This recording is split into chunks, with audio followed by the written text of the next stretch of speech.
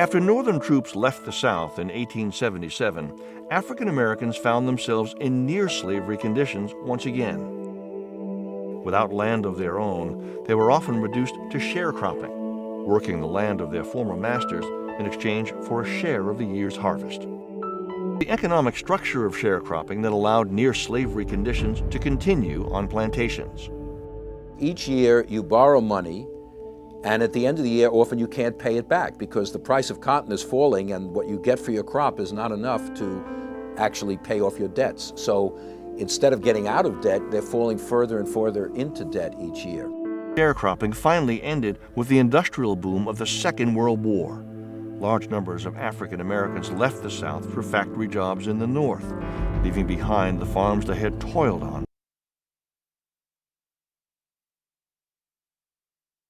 African Americans were segregated, meaning they were separated because of race. Even though the 13th and 14th Amendments were clear on civil rights, the Southern states got around the constitutional laws by passing the Jim Crow laws. These laws and customs stated that it was constitutional to give blacks separate but equal treatment. The problem was the equal part was seldom identical to the whites' privileges. In 1992, an African-American man named Homer Adolph Plessy refused to sit in the colored-only train car. In 1955, a black woman named Rosa Parks refused to give up her seat on a bus to a white passenger. Both of these people were arrested for their actions, but they planted a seed of courage in many others. African Americans staged sit-ins and would sit at white-only lunch counters even if they were asked to leave. In the 1960s, dedicated black and white Americans began publicly fighting legal and moral battles for civil rights. A little over 200 years old, you begin to realize a good portion of our country's history was spent waiting for African Americans to be legally treated equally.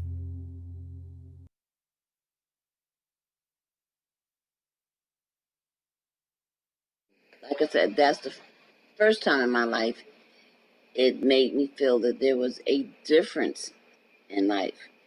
Because up until this point in school, I was taught history.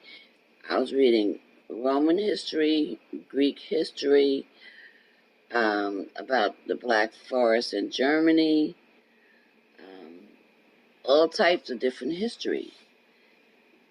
A little bit about, the first thing I learned was Crispus Attucks was the first black man to die in the Revolutionary War.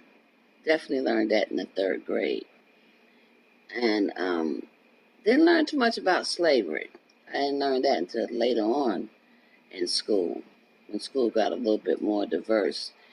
Times started changing after '69. There was a lot of different things going on and different awareness about blackness going on.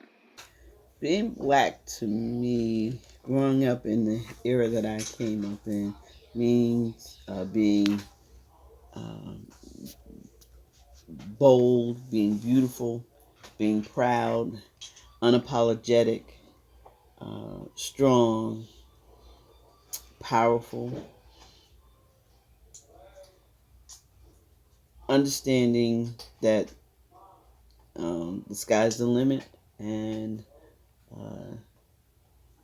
power concedes nothing without a demand. And that's what black means to me.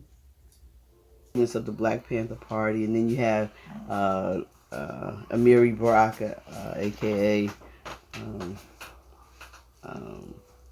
Leroy Jones, aka Amiri Baraka, and as part of our leadership, and then the people, Larry Hand for the People Organization for Progress, and back then we had our own community school, and I was one of the youngest people allowed to participate in there. So I got to see the strength of our people in an entirely different way, and at a whole nother level, because they were a part of training us and bringing us up.